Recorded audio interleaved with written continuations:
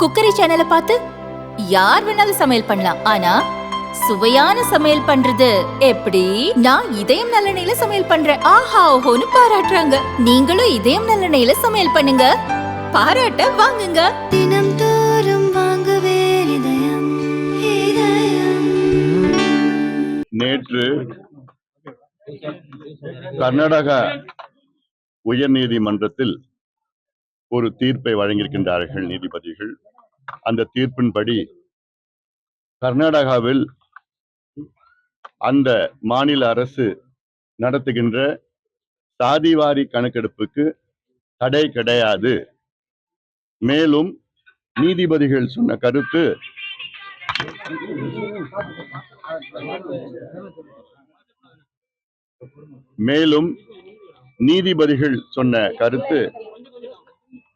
சாதிவாரி கணக்கெடுப்பு நடத்துவதற்கு மத்திய அரசுக்கு மட்டுமல்ல, மாநில அரசுக்கும் முழு அதிகாரம் இருக்கிறது. மாநில அரசு கொள்கை முடிவு எடுத்திருக்கின்றார்கள். அவர்கள் கர்நாடகாவிலே சாதிவாரி கணக்கெடுப்பு தாராளமாக நடத்தலாம் என்று கர்நாடகா உயர் நீதிமன்றமே தீர்ப்பு வழங்கியிருக்கிறது. இதற்கு பிறகும் தமிழ்நாட்டின் முதலமைச்சர் திரு ஸ்டாலின் அவர்கள் எங்களுக்கு கணக்கெடுப்பை நடத்த உரிமை கிடையாது, அதிகாரம் இல்லை என்று சொன்னால் நிச்சயமாக அது மக்கள் ஏற்றுக்கொள்ள மாட்டார்கள். தொடர்ந்து தமிழ்நாட்டின் முதலமைச்சர் அவர்கள் தமிழக அரசிற்கு தமிழ்நாட்டில் சாதிவாரி கணக்கெடுப்பு நடத்துவதற்கு அதிகாரம் இல்லை, மத்திய அரசு மட்டும்தான் எடுக்க முடியும் என்று பொய்யை தொடர்ந்து சொல்லி வருகிறார்கள். சட்டமன்றத்துக்குள்ளேயும் வெளியேறும் இந்த கோரிக்கை தமிழ்நாட்டில் அனைத்து கட்சிகளும் அனைத்து சமுதாயத்தை சார்ந்தவர்களும் கோரிக்கை விடுத்துகின்ற நேரத்திலும் சமூக நீதி என்று பேசுகின்ற திமுக அரசு சமூக நீதிக்கு எதிராக செயல்பட்டு கொண்டிருக்கிறது. இது எவ்வளவு பெரிய துரோகம் தமிழ்நாட்டு மக்களுக்கு திமுக செய்து கொண்டிருக்கிறது. இந்தியாவிலே கர்நாடகா, தெலுங்கானா, பீகார், ஒரிசா, ஆந்திரா, ஜார்க்கண்ட் இந்த மாநிலங்களில் சாதிவாரி கணக்கெடுப்பு நடத்தி கொண்டிருக்கின்றார்கள். சில மாநிலங்கள் நடத்தி முடித்து விட்டார்கள். இந்தியன் ஸ்டாட்டிஸ்டிக்கல் ஆக்ட் 2008 படி. அப்போ இவ்வளவு மாநிலம் நடத்தி கொண்டிருக்கிறது. ஆனால் தமிழ்நாடுக்கு மட்டும் அதிகாரம் இல்லை என்று பொய்யை சொல்லுகின்ற ஒரு முதலமைச்சரை நம்ம பார்த்துட்டு இருக்கிறோம். அந்த பொய் இப்ப பாத்தீங்கன்னா இன்னும் மேலும் பொய்யாகி விட்டது. நேற்று கர்நாடகா அங்க நீதிமன்றம் தீர்ப்புக்கு பிறகு இனியாவது முதலமைச்சர் ஸ்டாலின் அவர்கள் உடனடியாக தமிழ்நாட்டிலே சாதிவாரி கணக்கெடுப்பு நடத்தணும். இல்ல உங்க சாதி பேரை பிடிக்கலன்னா சமூக நீதி கணக்கெடுப்புன்னு பேரை மாத்திக்குங்க. இது அவசியமானது. இது ஏதோ ஒரு ஜாதி பிரச்சனை கிடையாது. தமிழ்நாட்டில் உள்ள கிட்டத்தட்ட 2 கோடி குடும்பங்களுடைய நிலையை நாம கண்டறிய வேண்டும். இப்ப இருக்கிற கணக்கெடுப்பு வெள்ளக்காரங்காலத்துல 1931 எடுத்த கணக்கெடுப்பு 90 ஆண்டு காலமாக அதை வச்சுதான் நம்ம ஓட்டிட்டு இருக்கிறோம். இப்ப எடுக்கின்ற கணக்கெடுப்பு துல்லியமாக நவீன தொழில்நுட்பங்களோடு எடுக்கலாம். அடுத்த 50 ஆண்டுகள் இந்த கணக்கெடுப்பை பயன்படுத்தலாம். மைக்ரோ லெவல் பிளானிங் செய்யலாம், சமூக நலத்திட்டங்களை கொடுக்கலாம், இடஒதுக்கீட்டை அதிகப்படுத்தலாம், நியாயப்படுத்தலாம். அதோட தமிழ்நாட்டுக்கு இன்னொரு மிக முக்கிய காரணம் இருக்கிறது கணக்கெடுப்பை நடத்துவதற்கு. உச்ச நீதிமன்றத்துல தமிழ்நாட்டில் 69 விழுக்காடு இடஒதுக்கீட்டு ரத்து செய்ய வேண்டும் என்று வழக்கு இருக்கின்றது, நிலுவையில் இருக்கிறது. இந்த வழக்கு என்னைக்கு வேணா வரும். வந்ததுன்னா உச்ச நீதிமன்ற நீதிபதிகள் தமிழ்நாட்டுல 69 விழுக்காடு மக்கள், இங்க பட்டியலின மக்கள், பழங்குடி மக்கள், மிகவும் பிற்படுத்தப்பட்ட மக்கள் இருக்கின்றார்களா? எஸ்சி, எஸ்டி, எம்பிசி, பிசி இருக்கிறாங்களா? 69% இருக்கிறாங்களா? ஒரு கேள்வி கடந்த முறையே கேட்டிருக்கிறாங்க. அதை நியாயப்படுத்த முடியல. கணக்கெடுப்பு வைத்துதான் நியாயப்படுத்த முடியும். இந்த கணக்கெடுப்பு சாதாரணமா நடத்தலாம். 2 மாதம் தான் ஆகும். 500 கோடி செலவாகும். 3 லட்சம் அரசு ஊழியர்கள் 2 மாதம் வேலை செஞ்சா போதும். துல்லியமாக 70 கேள்விகள் வச்சு கணக்கெடுப்பு நடத்தி அதை இடஒதுக்கீடு சம்பந்தமா அத்தனை சட்ட சிக்கலும் தீர்க்கலாம், நலத்திட்டங்கள் கொடுக்கலாம். இதை மைக்ரோ லெவல்ல சமூக நீதி, அது துல்லியமாக சமூக நீதியை நம்ம நிலைநாட்டலாம். ஆனால் அதெல்லாம் எனக்கு வேண்டாம். வசனம் மட்டும்தான் நாங்க பேசுவோம். தந்தை பெரியாருடைய கொள்ளு பேரன், அண்ணாவுடைய பேரன், கலைஞருடைய புள்ள, இப்படி எல்லாம் நாங்க வசனம் தான் பேசுவோம். சமூக நீதி எங்களுக்கு சம்பந்தமே கிடையாதுன்னு தொடர்ந்து சொல்லாமல் சொல்லிக் கொண்டிருக்கின்ற முதலமைச்சர் ஸ்டாலின் அவர்களுக்கு தமிழ்நாட்டு மக்கள் சரியான பாடத்தை புகட்டுவார்கள். இது தமிழ்நாட்டின் இன்றைய உயிர் நாடி பிரச்சனை. இது எல்லா சமுதாயத்துக்கும் சார்ந்த பிரச்சனை. பட்டியலின சமுதாயத்துக்கு தான் அதிகமா பாதிக்கப்பட்டிருக்கின்றார்கள். ஏன்னா பட்டியலின சமுதாயம் இன்னும் 2% கூடுதலா அதிக இடஒதுக்கீடு கொடுக்கணும். அது இல்லாமல் பட்டியலினத்துல 78 உட்பிரிவுகள் இருக்கிறது. அந்த 78 உட்பிரிவுகள்ல சில பேருக்கு தான் கிடைக்குது, பல பேருக்கு கிடைக்கல. யாருக்கு கிடைக்கல அவங்களுக்கு கண்டறிவதற்கு சாதி வாரி கணக்கு நடத்தணும். எம்பிசில 115 சமுதாயம் இருக்கு. 115 சமுதாயத்துல யாருக்கு கிடைக்குது, யாருக்கு கிடைக்கல அது தெரியறதுக்கு கணக்கெடுப்பு நடத்தணும். பிசில 140 சமுதாயம் இருக்கிறது. அதுல யார் அதிகமா எடுத்துட்டு போறாங்க, யாருக்கு சுத்தமா கிடைக்கல அது கணக்கெடுப்பு நடத்தினாதான் தெரியும்.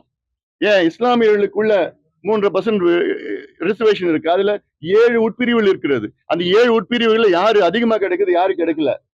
ஆக இந்த அடிப்படை கூட நான் தெரிஞ்சுக்க மாட்டேன், எனக்கு தெரிஞ்சுக்கிறதுக்கு எனக்கு மனசு இல்ல அப்படின்னு சொல்றவர் தான் முதலமைச்சர் ஸ்டாலின் அவர்கள். ஆக திமுகவும் முதலமைச்சர் ஸ்டாலின் அவர்களும் சமூக நீதிக்கு செய்கின்ற மிகப்பெரிய துரோகமா நான் பாக்குறேன். நானு தமிழ்நாடு மக்கள் மன்னிக்கவே மாட்டாங்க. அடுத்தது நேற்று ஒரு விழா நடத்தியிருக்கிறாங்க. கல்வியில சிறந்தது தமிழ்நாடுன்னு சொல்லிட்டு ஒரு விழா நடத்தியிருக்கிறாங்க. இது மக்களுடைய வரி பணத்தை வீணாக்கிட்டு இருக்கிறாங்க. கல்வி படுபாதாளத்தில் இருக்கிறது கல்வித்துறை தமிழ்நாட்டுல. பல உதாரணங்கள் என்னால சொல்ல முடியும். அதாவது ஒரு உதாரணம், தமிழ்நாட்டில் 37,500 அரசு பள்ளிக்கூடங்கள் இருக்கிறது. 12,500 தனியார் பள்ளிக்கூடங்கள் இருக்கிறது.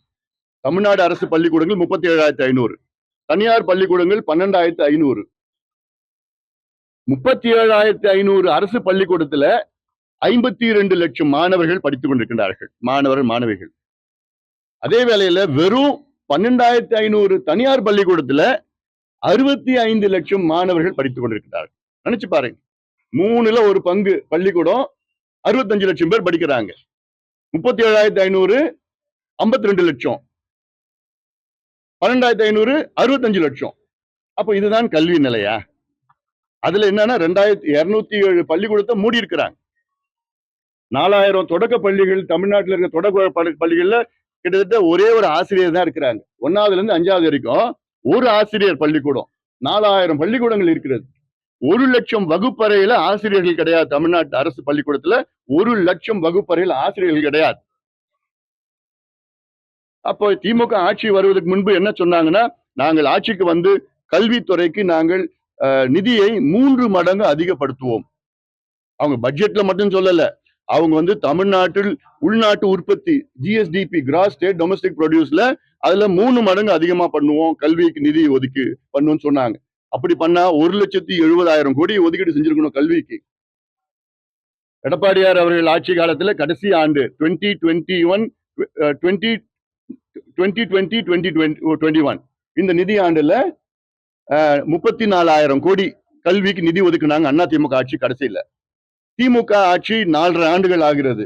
இன்னைக்கு எவ்வளவு ஒதுக்கி இருக்கிறாங்க, அதிகப்படுத்திருக்காங்கன்னா 46,000 கோடி. வெறும் 34,000 கோடியில் அதிமுக ஆட்சியில இருந்து 4.5 ஆண்டுகளுக்கு பிறகு இன்னைக்கு 46,000 கோடி, 12,000 கோடி உயர்த்தி இருக்கிறார்கள். ஆனா அவங்க சொன்னது 3 மடங்கு அதிகமா உயர்த்துவோம் என்று தேர்தல் அறிக்கையில சொன்னாங்க. அப்படி பாத்தீங்கன்னா 1,02,000 கோடி ஒதுக்கி இருக்கணும் கல்விக்கு. உயர்கல்வி எடுத்துங்க, இன்னைக்கு 180 கலை அறிவியல் கல்லூரியில் இருக்கிறது. இந்த 180 கல்லூரியில 100 கல்லூரியில முதல்வர்கள் கிடையாது, பிரின்சிபல் கிடையாது. 10,000 உதவி பேராசிரியர்கள் பணியிடம் காலியா இருக்கு. எல்லாமே டெம்பரரி. பொதுவா வந்து ஆர்ட்ஸ் காலேஜ், சயின்ஸ் காலேஜ்ல போட்டி போட்டுன்னு சேருவாங்க. இந்த வருஷம் பாத்தீங்கன்னா கிட்டத்தட்ட 34,000 ஸ்டூடெண்ட்ஸ் சேரல. 96,000 அட்மிஷன்ஸ் தான் வந்திருக்குது. 1,30,000 1,35,000 அட்மிஷன் யூஸ்வலி வரும். ஏன்னா யாரும் சேர மாட்டாங்க. ஆசிரியர்கள் கிடையாது, முதல்வர்கள் கிடையாது, பள்ளிக்கூடத்துல ஒண்ணும் கிடையாது, நிதி கிடையாது. சும்மா வரும். ஆனா கல்விக்கு சிறந்தது தமிழ்நாடுன்னு சும்மா நாடகம் நடிச்சுக்கிட்டு மக்களுடைய வரி பணத்தை வீணாக்கிட்டு இருக்கிறாங்க. இங்க வந்திருக்கிறது கோரிக்கை வந்து வன்னியர் கிறிஸ்தவர்களை வந்து MBC பட்டியல சேர்க்கணும் ஒரு நீண்ட கால கோரிக்கை இருக்குது. நியாயமான கோரிக்கைகள். பாட்டாளி கட்சி நாங்கள் தொடர்ந்து ஆதரவு கொடுக்கின்றோம். நிச்சயமாக அதை சேர்க்க வேண்டும். ஏன்னா நம்முடைய அரசியல் சாசனத்தில் கான்ஸ்டிடியூஷன் ஆஃப் இந்தியாவில் வந்து மதத்தை வைத்து தான் இடஒதுக்கீடு கொடுக்கணும் எங்கேயுமே சொல்லல.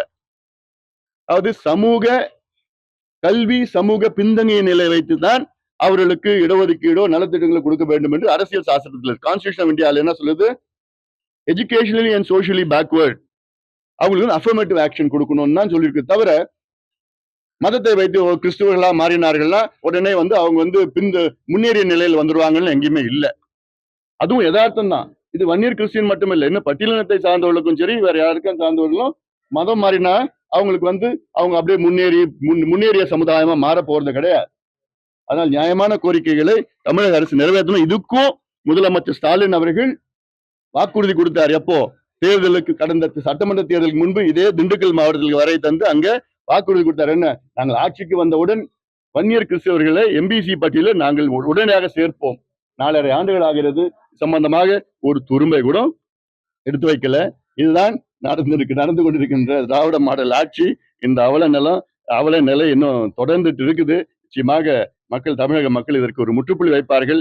இன்னொன்னு ஒரு செய்தி என்னன்னா, நாங்கள் ஆட்சிக்கு வந்தவுடன் 100 நாள் வேலை வாய்ப்பை 150 நாளாக உயர்த்துவோம் என்று வாக்குறுதி கொடுத்தார்கள் திமுக தேர்தல் அறிக்கையில. இன்னைக்கு ஆக்சுவலா பார்த்தா இந்த 100 நாள் வேலை வாய்ப்பு திட்டத்துல 85 லட்சம் பேர் பதிவு செஞ்சிருக்கிறாங்க. கடந்த ஆண்டு அதாவது அதுல 85 லட்சம் பேர் பதிவு செஞ்சு 75 லட்சம் பேருக்கு வேலையை கொடுத்துட்டு வந்தாங்க. ஆனா இந்த வருஷம் வெறும் 45 லட்சம் பேருக்கு தான் வேலை கொடுத்துருக்காங்க. 30 லட்சம் பேர் கணக்கு விட்டுட்டாங்க. 45 லட்சம் பேர் தான் வேலை கொடுத்துருக்காங்க. எவ்வளவு வேலைன்னா இந்த மொத்தம் கணக்கெடுப்பு பார்த்தா 9.5 நாள் கணக்கு. 45 லட்சம் பேருக்கு வெறும் 9.5 நாள் தான் கணக்கு வருது. ஆக இவங்க 100 நாள்ல இருந்து 150 நாள் நாங்க கொடுப்போம்னு ஒரு பொய்யான வாக்குறுதி கொடுத்த திமுக நிச்சயமா இதெல்லாம் ஒவ்வொன்றாக என்னால எல்லாம் நிரூபிக்க முடியும். இதெல்லாம் சும்மா நான் பொய் சொல்லல, ஸ்டாட்டிஸ்டிக்ஸோட இருக்குது. ஒரு புத்தகமும் போட்டிருக்கிறேன் நான். அந்த மக்கள் நிச்சயமாக அதை பார்த்து கொண்டுதான் இருக்கின்றார்கள். இவங்க என்ன பொய் சொன்னாலும் அதை எடுபட போறது கிடையாது. அதனால இதெல்லாம் மக்களுக்கு சொல்ல கடமைப்பட்டிருக்கின்றேன். நன்றி நன்றி நன்றி. கடந்த வாரம் எடப்பாடியார் வந்தப்ப இந்த குருக்கள் எல்லாம் மிரட்டப்பட்டிருக்காங்க சார். எம்பிசி பட்டியல சேர்க்க சொல்லி மிரட்டப்பட்டிருக்காங்க. இப்ப நீங்களும் மனு கேட்டிருக்கீங்க. மனு கேட்டதுக்கு உங்கள்கிட்ட மனு கொடுத்ததுனால குருக்கள் மிரட்டத்துக்கு வாய்ப்பு இருக்கு. என்ன சார் சொல்றீங்க? நாங்க அவங்களுக்கு ஆதரவு கொடுப்போம். நாங்க பாத்துக்க போறோம். இது ஜாதி பிரச்சனையோ மத பிரச்சனை கிடையாது. இது சமூக நீதி பிரச்சனை. சமூக நீதி பிரச்சனைக்கு யார் குரல் கொடுத்தாலும் நாங்க அவங்க கூட இருப்போம். கூட இருந்து நாங்க போராடுவோம்.